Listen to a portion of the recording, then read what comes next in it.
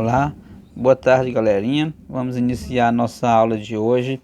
Hoje a gente vai falar sobre a república ou uma república em construção.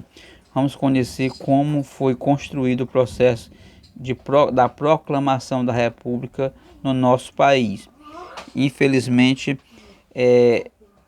um regime de governo que era muito bom no Brasil teve seus ajustes que não foram assim, vamos dizer, não foram tratados de forma muito republicanas, e como sempre no Brasil as pessoas fazem as coisas em benefício próprio, nesse caso em benefício de uma elite que só visa fazer as formas de governo em seu próprio benefício, ok? Bom, a escola é Zacaria Cordeiro, professor Antônio Carlos, disciplina de História, série 9º ano, e a data 2/3/2021. A República, como funciona, como forma de governo, nasceu na Roma Antiga, derivou da palavra res mais pública. Com ela surgiu a noção de governo considerado república como uma coisa pública para todos, que deveria servir a todos os cidadãos. No Brasil, a república surgiu como resultado de uma aliança entre setores do exército e das elites econômicas e políticas do país. No final do século XIX, nossa república foi estabelecida para atender interesses de uma pequena elite dominante. Desde o início, os interesses privados e em prejuízo da coletividade. Marcou a nossa república. Os escândalos de corrupção representam apenas uma parte dos problemas da República Brasileira. Então, nós vivemos uma pseudo-república, vamos falar assim, porque a república, como foi dito anteriormente, seria o governo de todos ou para todos.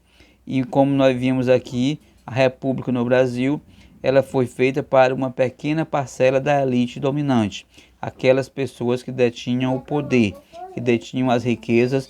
Portanto, a forma de governo deveria atender às suas necessidades. O restante da população ficaria à margem desses benefícios, ok?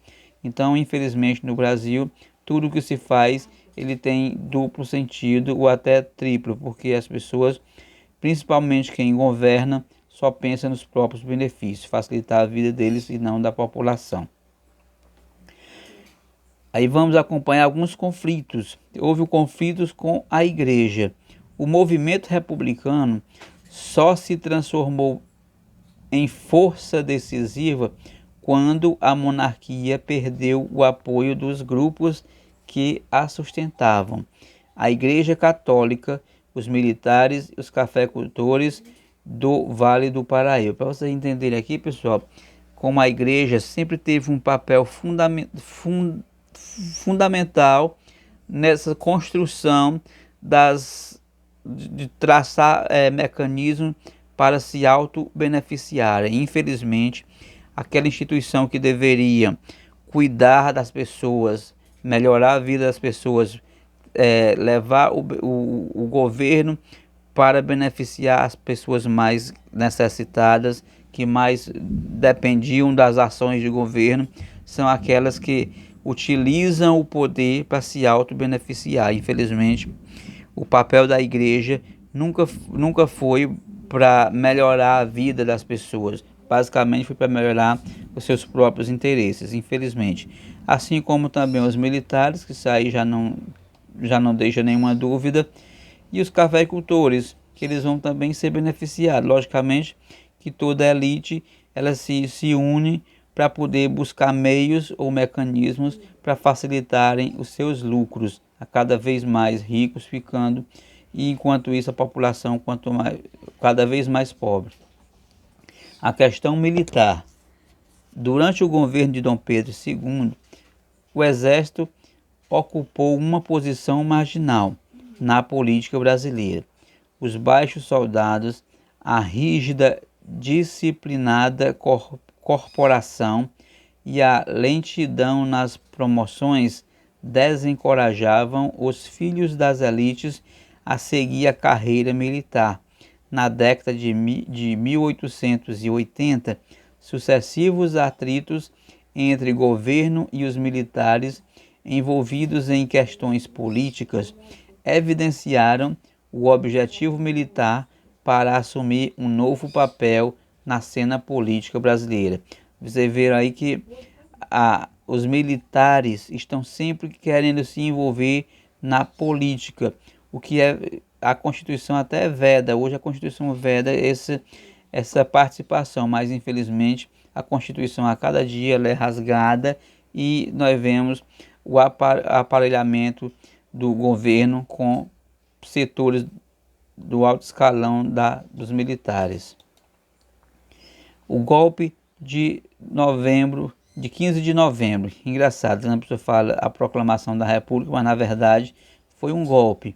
Todas as mudanças de governo, as rupturas do governo brasileiro, ele está sempre marcado por um golpe. Tem sempre alguém tramando algo por trás para que se beneficie uma determinada categoria, uma determinada classe, e geralmente as que são da elite dominante.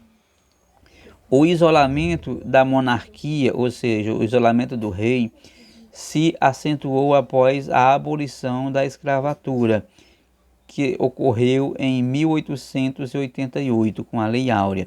A lei foi sancionada pelo governo sem nenhum tipo de indenização aos proprietários. Você viu aí a questão de indenizar.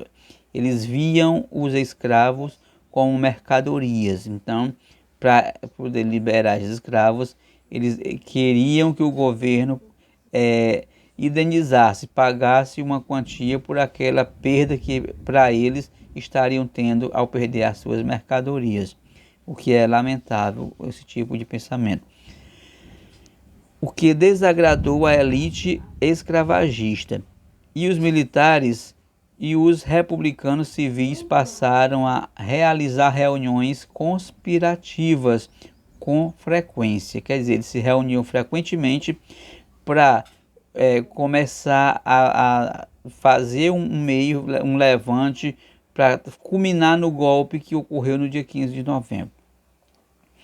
Na manhã do dia 15 de novembro de 1889, o Marechal Deodoro da Fonseca marchou com as tropas para o Ministério da Guerra. O golpe do dia 15 foi resultado de uma ação isolada do Exército, apoiado por pequeno grupo de civis.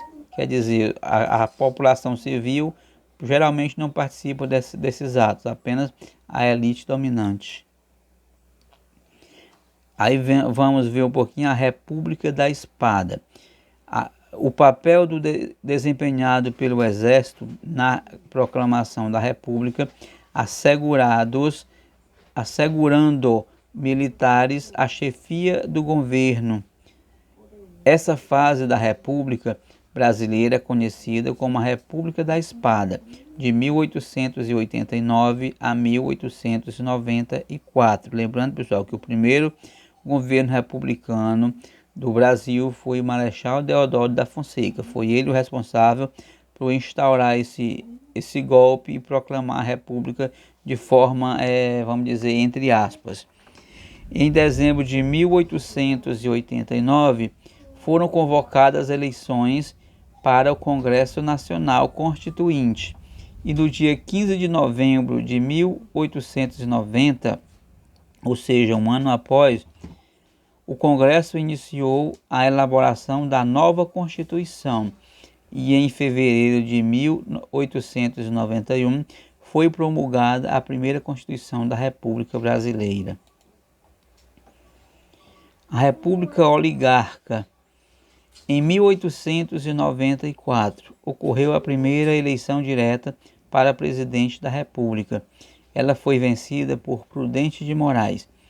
um republicano histórico que foi sucedido por Campos Salles em 1898 a 1902. Consolidaram-se os mecanismos de poder que constituíram as bases da República Oligarca, a criação da política dos coronéis, o famoso coronelismo. Essa forma de poder das oligarquias deu origem à República Café com Leite, onde os produtores de café de São Paulo fizeram aliança com os produtores de leite de Minas Gerais para se alternarem no poder. Você verá os acordos como sempre ocorreram desde o início e até os dias atuais. Existe essa questão dos acordos nos porões, nos subsolos, em locais reservados, fazendo essas conspirações para que eles se mantenham no poder. O objetivo deles é manter o poder pelo poder e não ter o poder para facilitar ou melhorar a vida das pessoas. Então, infelizmente, a República não foi uma melhoria para a população, foi uma melhoria para as classes dominantes, ok? Já a República Café com Leite fez surgir os conflitos do campo, como a Guerra de Canudos em 1896 na Bahia, a Guerra do Contestado entre 1912 e 1916 na região sul, o Cangaço em 1870 a 1940 no Nordeste, liderado por Virgulino Ferreira Lampião. É óbvio, pessoal, que uma forma de governo que beneficia apenas uma determinada classe social vai desagradar as outras. Então, evidentemente que essas outras classes vão se rebelar contra esse novo modelo de governo. E nesse caso aí, por as revoltas no campo, ou seja, na agricultura, os grandes agricultores, os latifundiários, porque eles se sentiam discriminados, desprezados e queriam espaço nesse novo governo, porque eles se achavam parte da elite e que nesse momento estavam sendo deixados de lado. Então começa esses conflitos em busca de buscar espaço no novo governo, ok? Vale ressaltar que a Guerra de Canudos ela foi arquitetada, vamos dizer assim, por o Antônio Conselheiro, que era um beato, que ele fez com que as pessoas o seguissem com o discurso de levar igualdade, fraternidade às pessoas, que todos pudessem ter o direito de alimentação, de ter uma vida digna, então, e viver com relação à religião. Então, e por que ocorreu o conflito de Canudos? Porque o Canudos começou a se transformar numa ameaça ao governo, porque eles já estavam crescendo muito, estava virando uma forma de ameaça ao governo. Então, o governo reprimiu esse movimento de forma, vamos dizer assim, de extermínio e acabar com toda a resistência lá no Nordeste brasileiro. Bom, galerinha, por hoje é só. Pedir a vocês que façam atividade na página 26. Um forte abraço a todos, bons estudos e aprimorem esses conteúdos. Aqui é apenas um rápido resumo para que vocês possam saber o caminho a seguir e que possam melhorar cada dia nessa caminhada que a gente praticamente pode dizer que começamos agora através da utilização do livro de vocês. Então, um forte abraço, bons estudos e até a próxima oportunidade. Tchau.